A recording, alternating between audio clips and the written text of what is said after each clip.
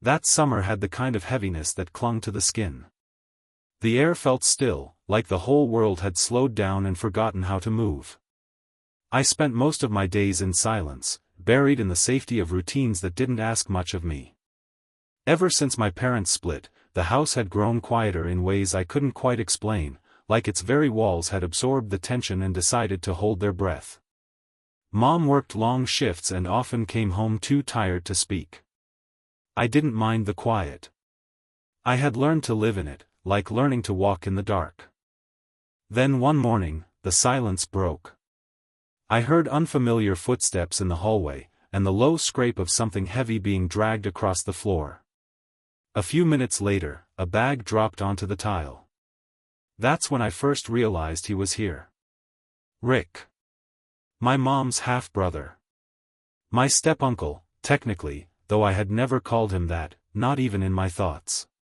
He had arrived just like that, without warning, without explanation, without ceremony. His room was the spare one across from mine, the one that had been filled with boxes and dusty furniture before Mom decided to clear it out a few weeks ago. I didn't ask why she had done it then. Now it made sense. He didn't say much that first day. I heard him moving around, unpacking, taking a shower. The bathroom between our rooms, once mine alone, now carried the scent of someone else's soap. The floor tiles were wet when I stepped in later. His razor was beside the sink. His toothbrush leaned in the holder next to mine. All these small signs of another person filled the space I had come to think of as mine alone. I told myself it was temporary. Just a few weeks, maybe a month. Nothing permanent. Still, there was something about his presence that felt heavier than it should have. Not because he was loud or invasive, if anything, he was the opposite. Quiet, reserved, almost invisible. But it was the kind of silence that you noticed, the kind that made you more aware of your own movements. I found myself listening for his steps, trying to guess which rooms he was in. I adjusted my routine without realizing it, waiting longer to shower, lingering less in the hallway. Not because I was afraid. Just aware. He looked nothing like what I had expected. I'd only seen a few pictures of him over the years, but they were old, grainy, vague. In person, he was taller than I imagined, lean and sharp-featured. He wore faded jeans and plain t-shirts. His hair was always messy in the same careless way, and he had that kind of stubble that looked like it never quite left his face. There was something restless in the way he moved, like he was never fully settled. I didn't know much about where he came from or what he'd been doing. Mom had said something about him, taking time to get back on his feet. That was all. I tried not to pay attention, but he was there, everywhere and nowhere. When I came downstairs, I'd sometimes find the living room empty but the TV still warm. A plate rinsed in the sink. The fridge door left ajar for half a second too long.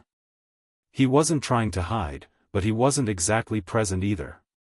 It was like we existed on slightly different frequencies in the same space. And that friction, soft, invisible, constant, started to get under my skin. At night, I'd lie in bed and hear the faint creaks of the floor as he moved.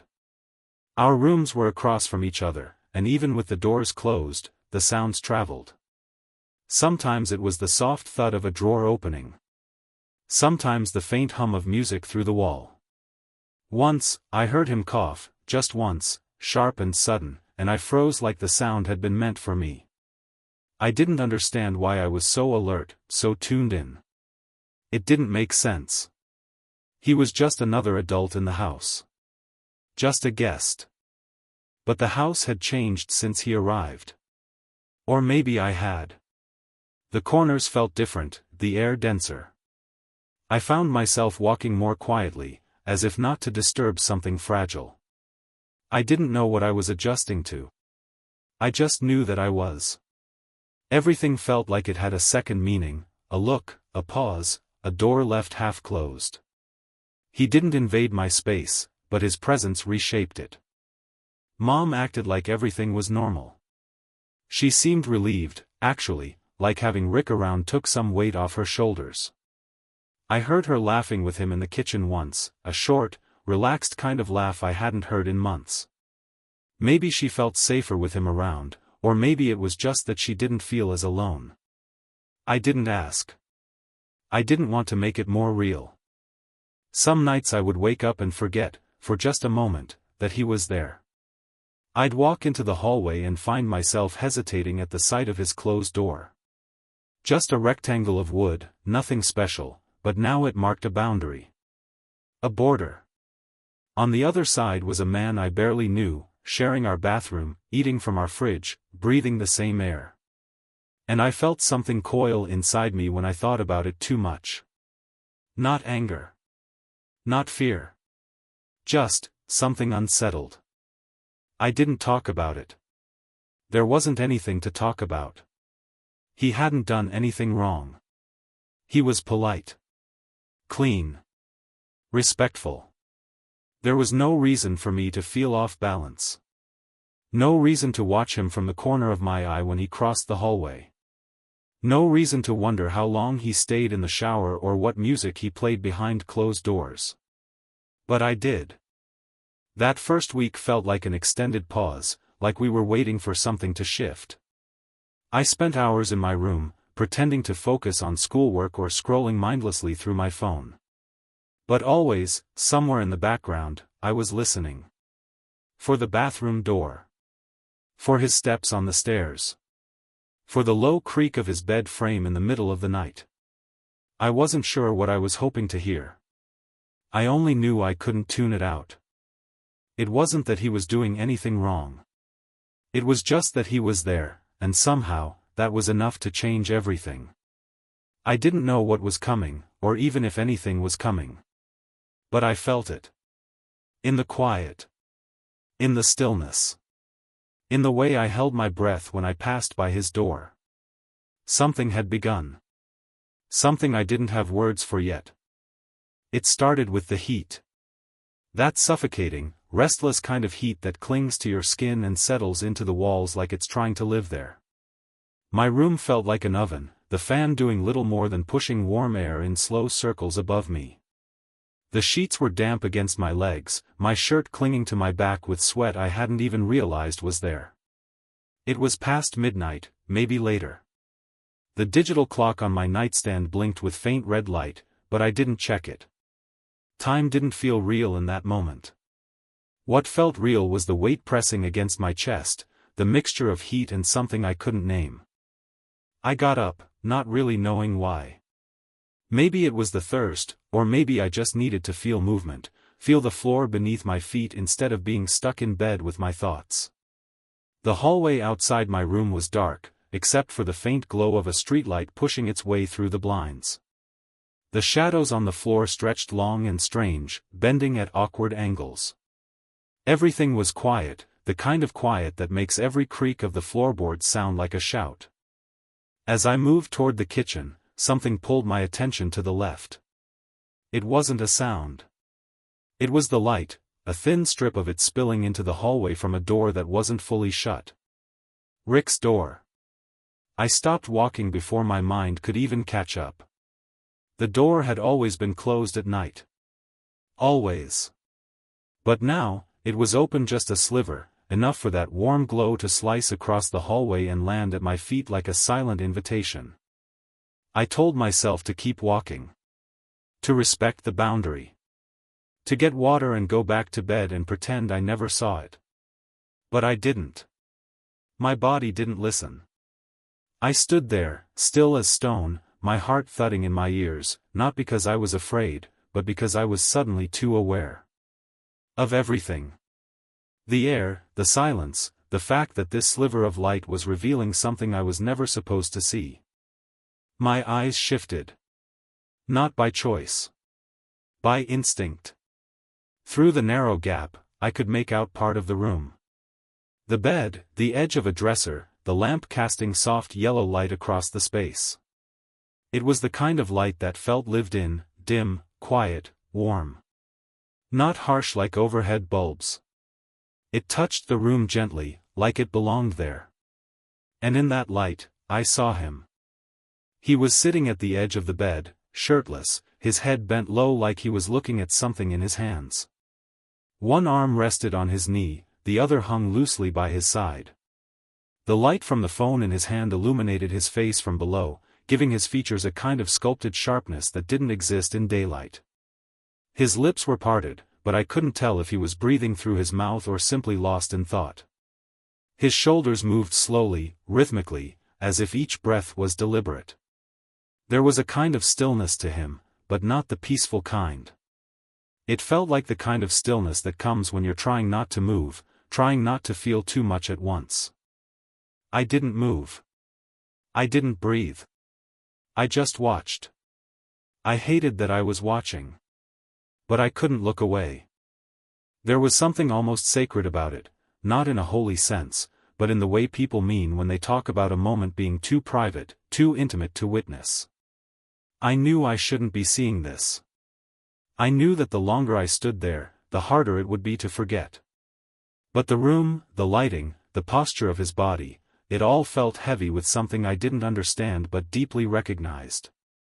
His back was partly reflected in the mirror above the dresser, giving me another angle of the same moment, like the universe was making sure I saw all of it. The slope of his neck, the tension in his spine, the way his skin caught the light, it was all etched into that space. I don't know if he was reading something or watching something. I don't know if he was thinking about someone, or no one at all. But the way he held himself, the way he breathed, it felt like he was carrying something too big to name. I stood there, frozen, torn between guilt and fascination. My mind raced with thoughts I couldn't sort or silence. I didn't want to feel what I was feeling. I didn't want this to mean anything. But it did. And that scared me more than I wanted to admit. Then he shifted. Just slightly. Lifted his head. The angle changed, and for one terrifying moment, I thought he might turn around and see me standing there like some kind of voyeur. I took a step back, too quickly, the heel of my foot catching the edge of the hallway rug. My heart launched into my throat.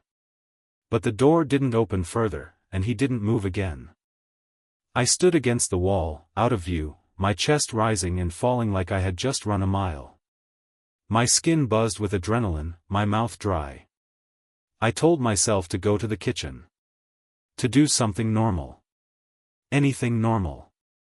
I forced myself to walk, to put one foot in front of the other. I opened the fridge and took out the water pitcher. The cold hit me like a jolt.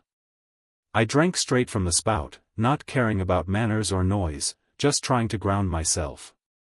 The silence of the house pressed in harder now.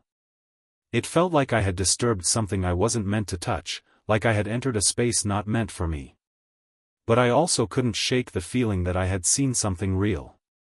Raw. Not staged. Not artificial. Something that had nothing to do with me but now lived inside me anyway. I returned to my room and closed the door softly behind me. I didn't turn on the light. I sat on the edge of my bed and stared into the dark, trying to process what I had just seen and what it had done to me. I wasn't proud. I wasn't angry. I was just confused. Not about what I saw, but about why it mattered so much. Why it made my hands tremble and my throat tighten and my thoughts twist into knots I couldn't untangle. The image of him sitting there, bathed in that golden light, etched into my memory like a scar. I didn't want to carry it. But I knew I would. Even in sleep, even in dreams, it would find me. Not because it was wrong or shocking. But because it was real. And I had seen it. And now I couldn't unsee it. The morning after felt off in a way I couldn't explain. Nothing looked different. The walls were still the same soft beige. The hum of the refrigerator still ticked steadily in the background. Sunlight spilled through the blinds the way it always did, painting pale stripes across the floor. But something had changed. Something in me. It was like my body knew I had crossed a threshold, even if the world hadn't noticed. My skin felt too tight, my thoughts too loud. I moved through the kitchen like I was trying not to wake something sleeping inside me. I couldn't stop thinking about what I'd seen. I didn't want to replay it, but my mind wouldn't let it go. Every time I closed my eyes, the image was there, Rick sitting on the edge of his bed, bathed in that amber light, unaware that someone had been watching. It wasn't just the physical moment that haunted me. It was the feeling of it. The weight of silence. The atmosphere. The strange mix of intimacy and distance. That quiet vulnerability had carved itself into my memory, and now it sat with me like a second shadow. When I heard the floor creak above me, I stiffened. I knew it was him. That familiar sound of his slow steps on the wood, slightly heavier on the right. I waited, half expecting to feel something different when he appeared, some sign that he knew what I had done. But when he came down the stairs and moved through the living room with a half-empty coffee mug, he didn't even glance my way. His expression was neutral, unreadable. That made it worse somehow. The absence of reaction, the normalcy, felt like a mirror reflecting only my guilt back at me. I started avoiding him, subtly at first. If I heard him in the kitchen, I waited to enter. If I thought he might come downstairs, I stayed in my room longer than necessary. I wasn't sure what I was trying to protect, myself, or him, or whatever fragile line we had been walking since he moved in. But it became a pattern, a silent choreography of avoidance. I would time my showers, wait until I knew he was in his room, listen for the click of his door before I allowed myself to move freely again. It wasn't fear. It was something more complicated. Something rooted in shame and curiosity, and the growing awareness that I no longer saw him the same way. It wasn't just about the moment I witnessed. It was everything that came with it. The way he leaned against the counter when he thought no one was watching. The quiet way he whistled under his breath while washing dishes. The faint scent of his cologne that lingered in the bathroom after he'd been there. I became hyper-aware of his existence, and no matter how much I tried to act normal, my body betrayed me. A glance too long. A pause in conversation. A heartbeat that accelerated when our eyes met in passing. There was no logical explanation for the way I felt. He hadn't done anything. He hadn't said anything. He probably didn't even know I had seen him. And yet the moment had left a crack in something I thought was solid.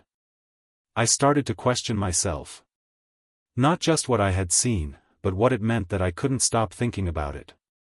I tried to convince myself that it was just a fluke, a one-time thing, a weird collision of heat, insomnia, and poor judgment. But the feeling didn't fade. It deepened. One afternoon, I caught myself standing at the foot of the stairs, listening. Not for any particular sound, just listening. I don't know what I was waiting for. Maybe a door to open, a sign, a confirmation that I hadn't imagined the shift. But the hallway stayed silent, heavy with tension I couldn't name. I walked away eventually, angry at myself for caring, for wanting something I didn't understand. I started keeping more to myself. The house felt smaller, like it was folding in around me. Every room carried a trace of him, even when he wasn't there. His presence was no longer defined by sound or movement, it had become an undercurrent in the air. Something I felt before I saw. Something that made my skin react before my mind caught up. I tried distracting myself. Scrolled through my phone aimlessly. Watched shows I couldn't focus on. Read the same page of a book 3 times before realizing I hadn't absorbed a single word. At night, it was worse. I lay in the dark, staring at the ceiling fan, watching it spin in slow, endless circles. The sound of it became a kind of metronome for my thoughts. I would replay the moment again and again, as if looking for some detail I had missed. I hated how it made me feel, confused, exposed, raw. But I hated more that I didn't want to forget it. I started dreaming about the hallway. Always the hallway. Always the door, slightly ajar, with that golden light spilling out like a secret. Sometimes I entered the room in the dream. Sometimes I just stood there, paralyzed. The dreams never gave me answers, only more questions. I would wake up with the echo of them clinging to my skin like sweat, unsure if I felt relief or longing. It became clear to me that this wasn't about Rick. Not entirely.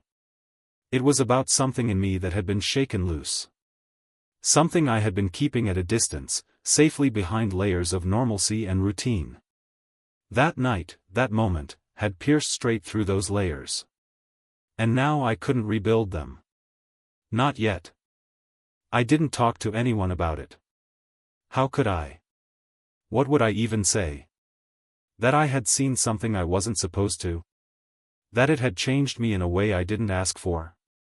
That I was beginning to question things I didn't even know were in question? There was no safe way to say those words out loud. So I kept them inside, where they festered and shifted, taking up space in places I didn't know existed. I told myself it would pass. That I would forget. That it would lose its power if I didn't feed it. But the truth was, I didn't want to forget. I didn't want to let go of the strange clarity that moment had given me.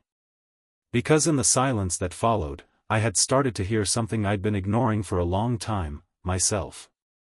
And even though it terrified me, even though it left me feeling like a stranger in my own body, I knew this wasn't just about that night.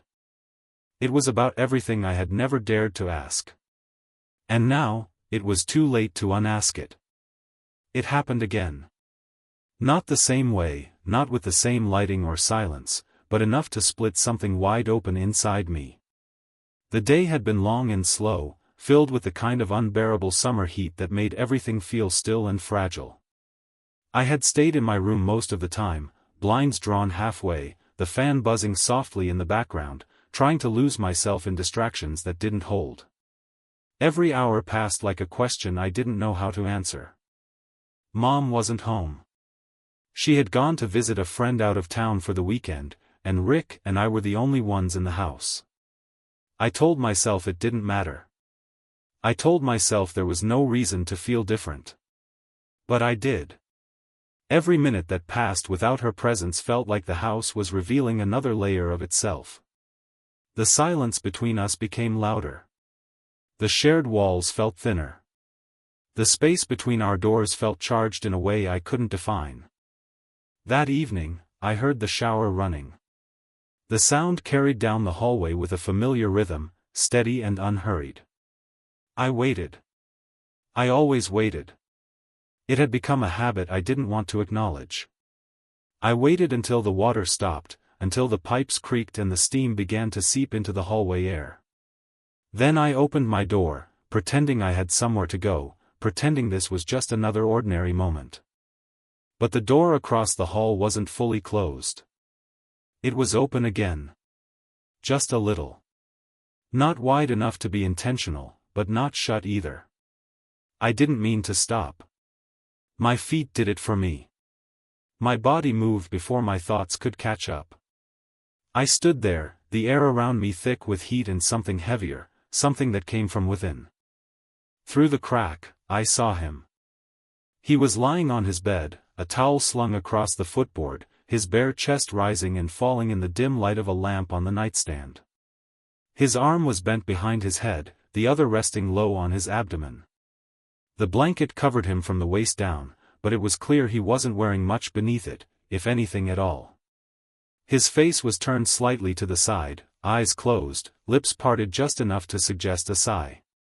His body looked completely still, but not relaxed.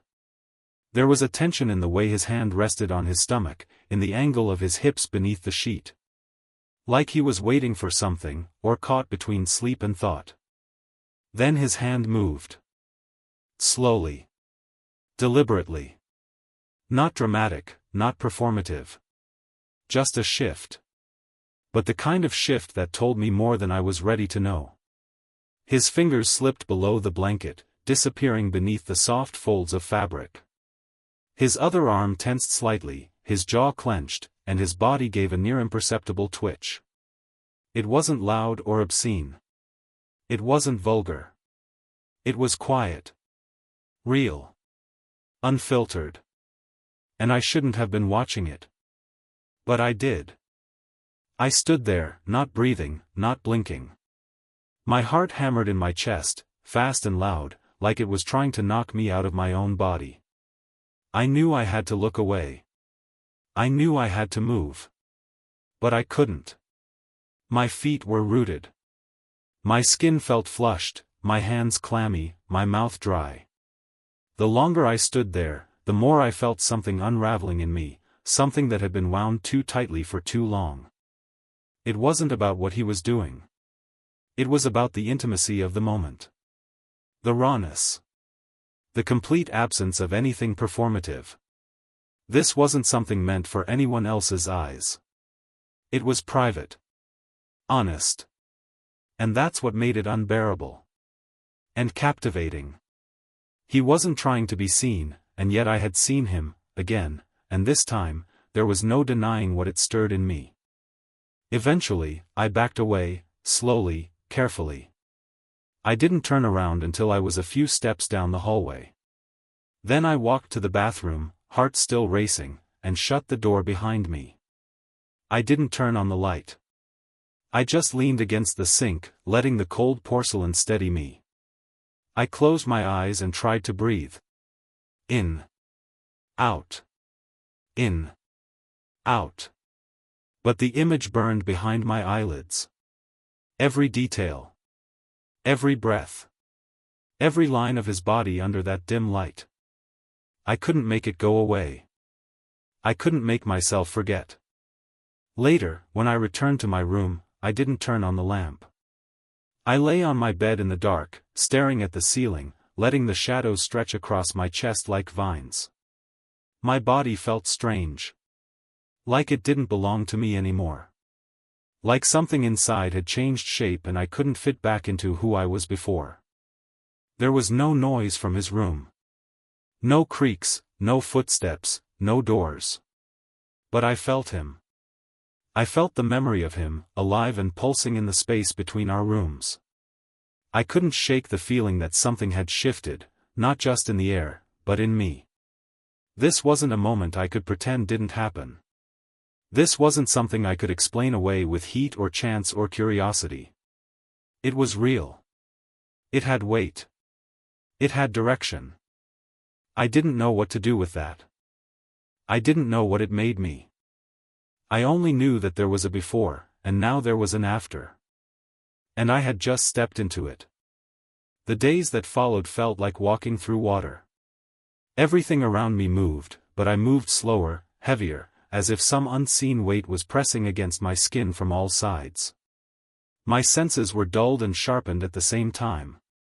I noticed every small thing, the sound of the ceiling fan clicking softly as it spun, the faint ticking of the clock in the kitchen, the way the sunlight hit the dust on the windowsill at noon, but none of it settled inside me.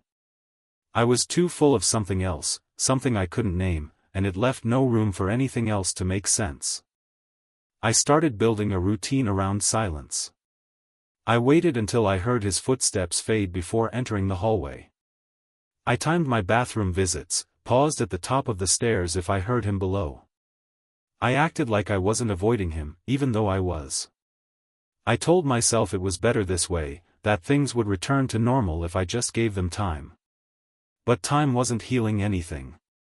It was only stretching the distance, making the space between us wider, stranger, more fragile.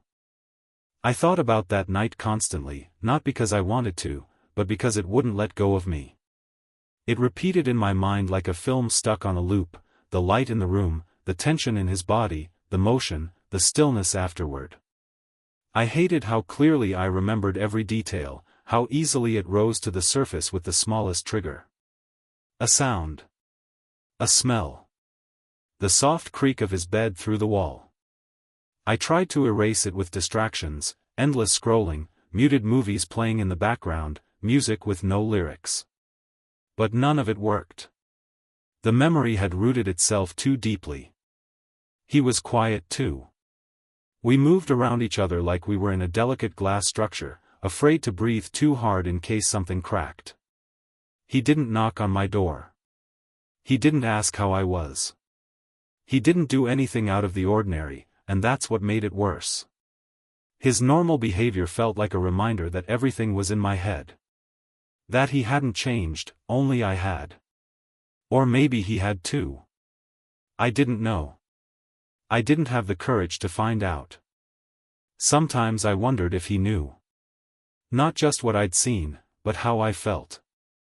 If he could sense it in the way I moved, the way I couldn't quite meet his eyes anymore.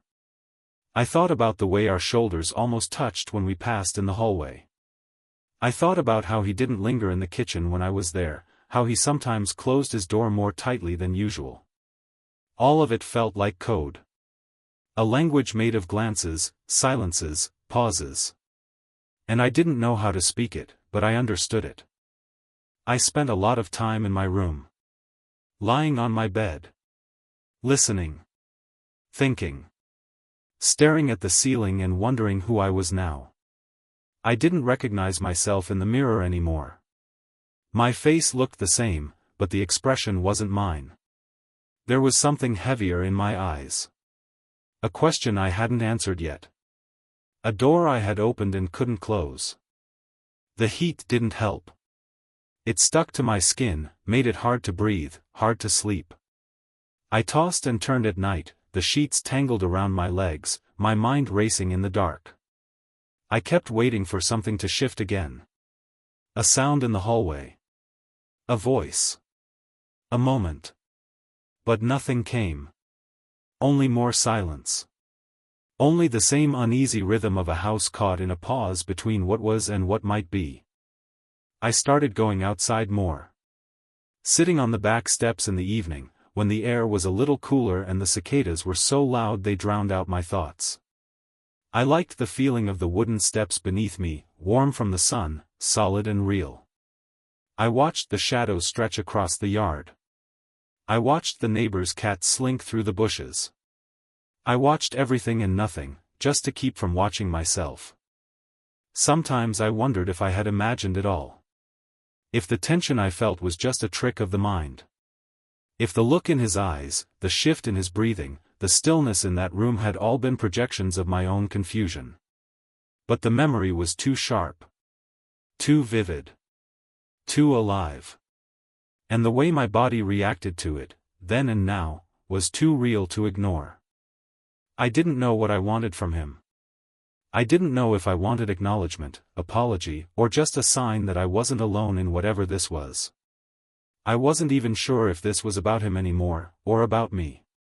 About the way something inside me had been uncovered, peeled back, exposed. I had no words for it. Only the ache that stayed with me day and night. A quiet, persistent ache that sat just beneath my ribs like a second heartbeat. The house felt different now. Not haunted, exactly, but weighted. As if every room carried the echo of something unsaid. I felt it in the way I walked, in the way I opened doors, in the way I hesitated before turning corners. Everything was suspended, as if we were waiting for someone to speak first, to admit something, to bring all the invisible things into the light. But no one did. We stayed in that pause. We lived in it. Heavily. Silently. And I didn't know how much longer it could last. The morning began the same way as the ones before it, but I knew something had shifted. It wasn't dramatic, not the kind of change you could point to with certainty. It was more like an internal settling, a quiet understanding that something was no longer where it used to be. The air in the house felt thicker, not with heat this time, but with anticipation. I moved slower, more deliberately, as if I were stepping carefully across a fragile surface, aware that any sudden motion might fracture it completely. I went through the motions. Brushed my teeth. Got dressed. Ate breakfast I barely tasted. The refrigerator hummed steadily, the faucet dripped twice, and the light from the kitchen window painted gold across the tile floor. All the familiar pieces were in place, but I was not the same person who had existed within them just a few weeks ago. My body held tension differently now. My breath sat lower in my chest. I noticed things I never used to notice, creases in the couch cushion where he'd sat the night before, the scent he left behind when he passed through a room, the slight unevenness in the way he walked barefoot across the floorboards. His door was closed that morning. There was no sound behind it, no footsteps, no shifting. But I knew he was there. I could feel him like static beneath the silence. I walked past without pausing, but the weight of the door seemed to pull at me as I passed, like it had something to say but couldn't form the words. I didn't stop. I just kept moving, knowing that this quiet between us wasn't empty. It was thick with all the things we hadn't said and all the things we weren't sure how to say. Later, in the afternoon, I sat on the stairs. It had become a habit, resting there in the middle of the house, neither upstairs nor down. A place between. I sat with my arms resting on my knees, staring out the window at the empty street. The light was changing, growing softer as the sun lowered. Shadows stretched across the floor, long and slow, like time was winding down for the day. I stayed there longer than I meant to, still and silent, my fingers curled loosely against the fabric of my shorts, my foot tapping lightly without rhythm. I heard him before I saw him. Footsteps, slow and even, approaching from behind.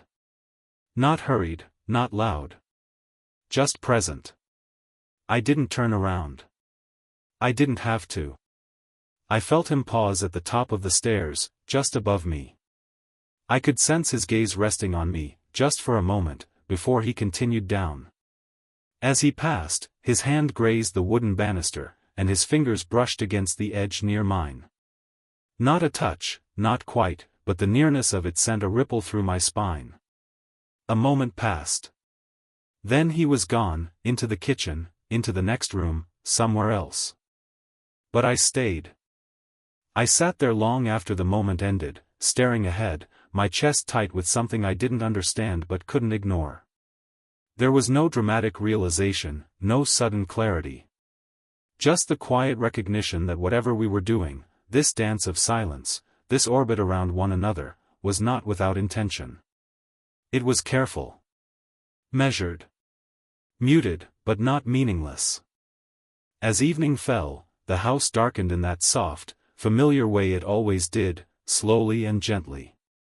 The cicadas started their nightly rhythm outside, and the hum of their call filtered in through the open windows.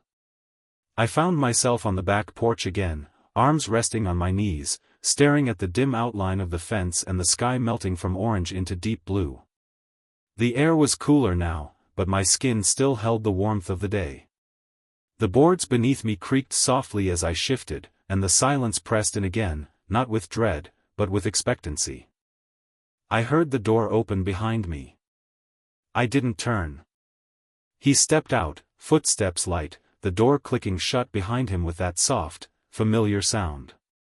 He stood beside me, close but not touching, his presence as undeniable as the dusk that settled over the yard. We both looked ahead, not at each other, but at the same fading sky. I don't know how long we stood like that, minutes, maybe more, but I felt it in every part of me. The nearness. The unspoken understanding. The weight of everything we weren't saying, held gently in the silence between us. I looked at him. He looked back. There were no words. None were needed. The air between us had shifted. The distance we had been carefully maintaining for weeks dissolved, not in an explosion, but in the simple stillness of acknowledgement. There was no fear. No resistance. Just a quiet recognition of what had already been forming beneath the surface. Later, in my room, I lay on my bed and stared at the ceiling. The fan spun above me, its rhythm steady and familiar. But the stillness inside me was new. I didn't feel confused. I didn't feel ashamed. I just felt quiet. Full. Something had passed between us on that porch, something silent but deliberate. It didn't need explanation. It didn't need to be justified or labeled. It simply was. And it would stay with me. Not as a confession, not as a secret, but as a moment of truth, lived fully in the pause between two people who had chosen not to speak, but who understood all the same. It had not been an accident. And that made all the difference.